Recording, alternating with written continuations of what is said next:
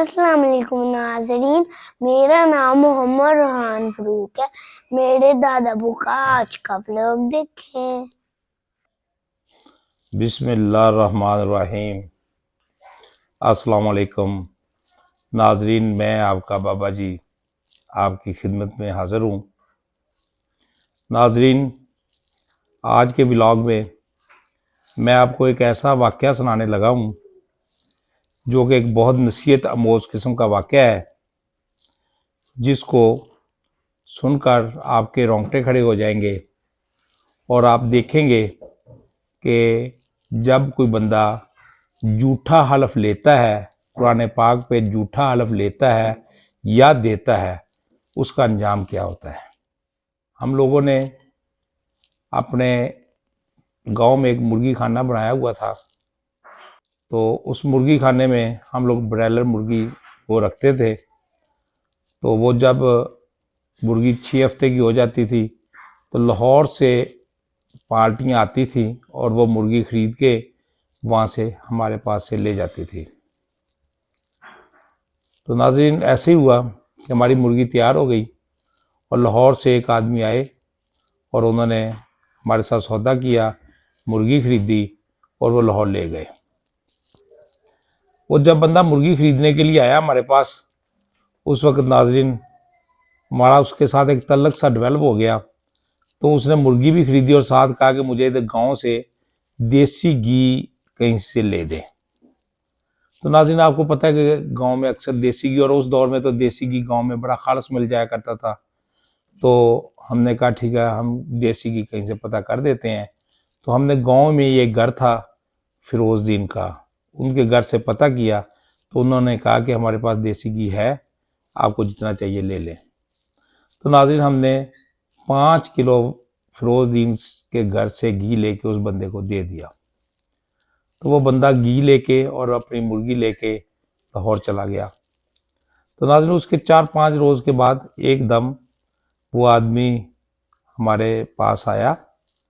तो उसके हाथ में वही घी वाला डब्बा था और वो बड़ा परेशानी के आलम में हमारे पास आके कहने लगा कि ये जो आपने घी जिस घर से दिलाया है मुझे, इस घी में पता नहीं कौन सी ऐसी चीज़ है कि इस घी खाने से मेरे बच्चे सारे बीमार हो गए हैं और वो सारे के सारे हॉस्पिटल चले गए हैं। तो आप ऐसे करें कि मेरे पास बच्चों के लिए इलाज करवाने के लिए भी पैसे नहीं हैं, तो मुझे या तो ऐसे करें आप कुछ पैसे दें ताकि मैं अपने बच्चों का जाके इलाज करा सकूं, तो या फिर मैं आप लोगों के ख़िलाफ़ पर्चा दे दूंगा कि आपने मुझे गलत घी दिया है। तो नाज़रीन, क्या था कि हमने तो खुद अपने पास से तो दिया नहीं था घी। घी तो हमने कहीं से ख़रीद के दिया था, फिरोजदीन के घर से। तो हमने फ़ौरन फिरोजदीन के घर से पता करवाया। तो उनको जाके बताया कि ये आपके पास से घी 5 किलो लेके दिया था बंदे को। तो ये बंदा कहता है कि ये घी आपका ख़राब है और ये बकौल उसके कि ये घी जहर आलूद हो गया है। तो नाज़रीन, वो उन्होंने आगे से कहा नहीं जी, हमने तो घी बिल्कुल खालिश दिया है। तो वो परेशान हो गए वो लोग भी कि ये क्या हुआ कि हमारे घी पे इल्ज़ाम लगा दिया, जबकि हमने घी जो दिया है वो बिल्कुल खालिश दिया है। वो तो जनाब एकदम ना परेशान हो गए वो लोग भी, और वो वहीं पे घर पे बैठे एकदम कस्में उठाना शुरू हो गए, जी हमारा घी तो ये है ही नहीं, हमने तो इस तरह का घी दिया ही नहीं था। तो खैर किस्म से नाज़रीन वो बात ज़्यादा बढ़ी। तो वो जो बंदा था जो घी लेके गया था, उसकी एक ही डिमांड थी कि मुझे आप कुछ पैसे दे दें, मैं जाके अपने बच्चों का इलाज करा लूँ, क्योंकि आपके घी की वजह से मेरे बच्चे बीमार हो गए, हॉस्पिटल पहुंच गए हैं।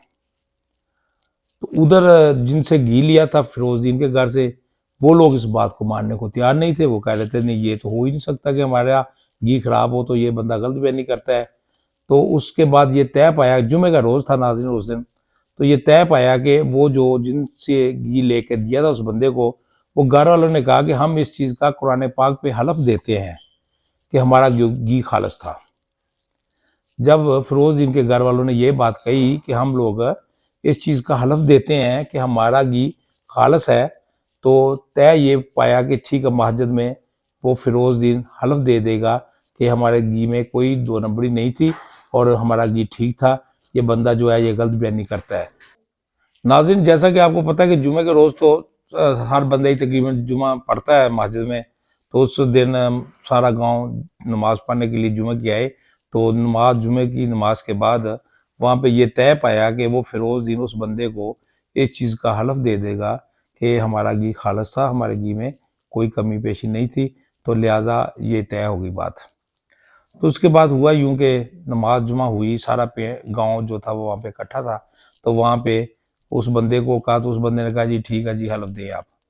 तो असल में नाज़रीन उसके ज़हन में था कि ये देहाती लोग जल्दी हलफ नहीं देंगे, ये मुझे पैसे ही देंगे। वो इस चक्कर में अड़ा रहा अपनी बात पे कि जी मुझे हलफ दे दें ताकि मैं, या पैसे दे दें। वो पैसे चाहता था एक्चुअली। तो हलफ का उसने ये उसके ज़हन में था कि हलफ इन्होंने देना कोई नहीं है, तो चलो कुछ ना कुछ पैसे मिल जाएंगे। लेकिन अगले वो फिरोजदीन के घर वाले जो वो सच्चे थे, वो हलफ देने के लिए तैयार हो गए। तो नाज़रीन उसके बाद क्या हुआ कि नमाज जुमा के बाद कुरान पाक अंदर से मंगवाया, बाहर सेन में सारा गांव खड़ा हो गया। तो वहाँ पे फिरोजदीन ने कुरान पाक के ऊपर हाथ रख कर कहा, हमने इस घी में कोई मिलावट नहीं की है, हमने बिल्कुल खालिस घी दी है, हमारा इसमें कोई कसूर नहीं है। तो नाज़रीन जब उसने फिरोजदीन ने ये लफ्ज़ अदा कर दिए और कुरान पाक पे हलफ दे दिया, तो नाज़रीन आप यकीन करें कि मैंने खुद अपनी आँख, मैं भी वहाँ पे मौजूद था, तो मैंने अपनी आंखों से देखा कि वो जो बंदा था ना जिसने हलफ लिया था, वो जो व्यापारी था मुर्गियों का, जो लाहौर से आया था, जो घी वापस लेके आया था कि जी ये घी 2 नंबर दे दिया है। तो वो बंदा एकदम ना, उस बंदे की मैं तरफ देख रहा था, तो वो बंदा एकदम ना कांपना शुरू हो गया, उसकी शक्ल चेंज होना शुरू होगी। नाज़रीन आप यकीन करें, आप मेरे पे यकीन करें कि मैं हकीकत बता रहा हूँ कि वहाँ पे खड़े खड़े उस बंदे की शक्ल चेंज होना शुरू हो गई और वो बंदा कांपना शुरू हो गया। नाज़रीन वो बंदा ऐसे कांप रहा था कि मैं खुद, बल्कि पूरा गांव एकदम उसकी तरफ देख के घबरा गए हम लोग कि यार इस बंदे को क्या हो गया है। तो नाज़रीन वो बंदा जल्दी जल्दी बड़े तेज कदमों के साथ मस्जिद से निकला और निकल के बाहर, जनाब हम भी पीछे सारे लोग भी बाहर मस्जिद से बाहर आ गए।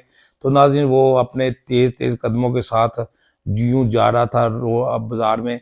तो हम लोग वहाँ पे मस्जिद के बाहर मस्जिद के बाहर दरवाजे के पास खड़े होकर उसको देख रहे थे। तो वो ऐसे चल रहा था जैसे कोई पागल नहीं होता, कि वो थोड़ा सा चलता था फिर पीछे मुड़ के देखता था, फिर थोड़ा सा चलता था फिर पीछे मुड़ के देखता था। तो इस तरह वो करते करते वो बंदा आंखों से गायब हो गया, चला गया। तो नाज़रीन उसके चंद दिन बाद, उसके कुछ दिनों के बाद दोबारा लाहौर से एक और पार्टी आई हमारे पास, मुर्गी दोबारा फिर तैयार हो गई। तो वो मुर्गी लेने के लिए आए। तो हमने उनको बताया कि यार इससे पहले ना हमारे से एक बंदा मुर्गी लेने आया था, उसका नाम बताया। तो वो इस तरह हमारे साथ चक्कर हुआ, तो उसने हलफ लिया, घी के बारे में सारी बात बताई।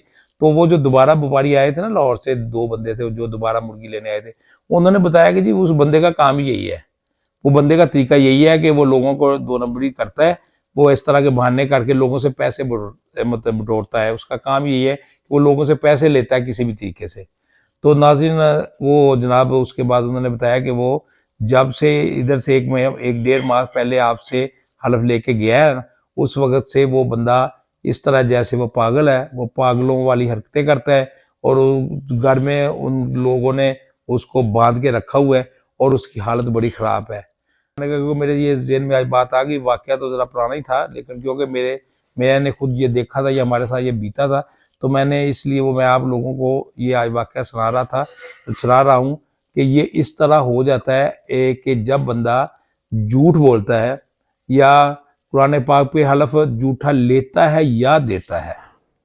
नाज़रीन हलफ लेने वाला जो होता है ना, साहब ज़रा जो उसने हलफ लिया ना, तो वो सच्चे थे आगे, उनको कुछ नहीं हुआ, फिरोजदीन लोगों को कुछ नहीं हुआ।